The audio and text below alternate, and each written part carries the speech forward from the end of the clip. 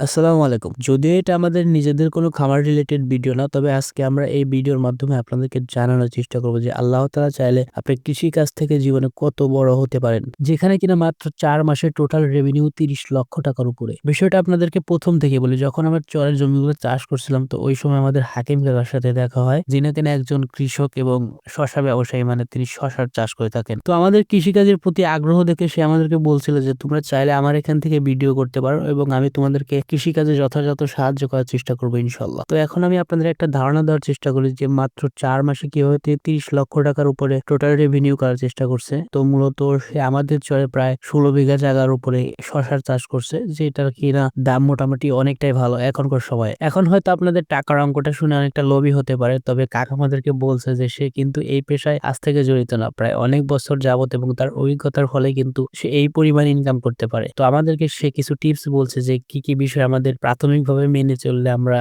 ভালো টাকাও আয় করতে পারি এই শশার প্রজেক্ট থেকে। তো এখন আমাদের সে বলছে যে আমাদের এই শশাগুলো চাষ করার ৩টি বিষয় খেয়াল রাখতে হবে। ফার্স্ট অফ অল জমির উর্বরতার বিষয়টা, মানে আপনি যে জমিতে এই শশাটা চাষ করবেন সেই জমির উর্বরতা হতে হবে সবচাইতে ভালো। দ্বিতীয় যে বিষয়টা আসে সেটা হচ্ছে ভালো বীজ সিলেকশন করা, মানে এই বীজগুলা সর্বাধিক হাইব্রিড এবং ভালো বীজ হতে হবে, যাতে করে আপনি ফলনটা খুব তাড়াতাড়ি পান। এবং সর্বশেষ যে বিষয়টা আপনাকে খেয়াল করতে হবে সেটা হচ্ছে পরিচর্যার বিষয়, মানে এই গাছগুলোকে প্রচুর পরিমাণে পরিচর্যা করতে হয়। পরিচর্যার বিষয়টা আপনাদের একটু বিস্তারিতভাবে বলা দরকার, না হলে আপনারা বুঝতে পারবেন না। যেহেতু এগুলো হাইব্রিড জাতের শশা, তো এগুলা প্রায় ৪০ দিনের ভিতরেই আপনার শশা দেবে গাছে। তো সেক্ষেত্রে দেখা যায় কি এগুলোতে প্রচুর পরিমাণে ছত্রাকনাশকের আক্রমণ থাকে, তো যার কারণে এখানে প্রায় প্রতিদিনই এখানে স্প্রে করতে হয়, না হলে কিন্তু এই শশা থেকে আপনি পর্যাপ্ত পরিমাণ শশা উৎপাদন করতে পারবেন না। যেহেতু ওই একই চরে আমাদের ঘাসের জমি আছে, তো আমাদের ঘাসের জমিতে কিছু কাজ ছিল, মানে সার দেওয়ার যে কাজটা ছিল ওটা শেষ করে আমরা ওখানে গেছিলাম ওই শশাগুলো দেখার জন্য। তো ওখান থেকে আমরা যেদিন যাই ওদিন প্রায় ১০০ মনের মতো শশা তোলার টার্গেট ছিল, আর ওনারা শশাগুলো এখান থেকে পরিবহনের জন্য মূলত এই ধরনের ঘোড়ার গাড়িগুলো ইউজ করে,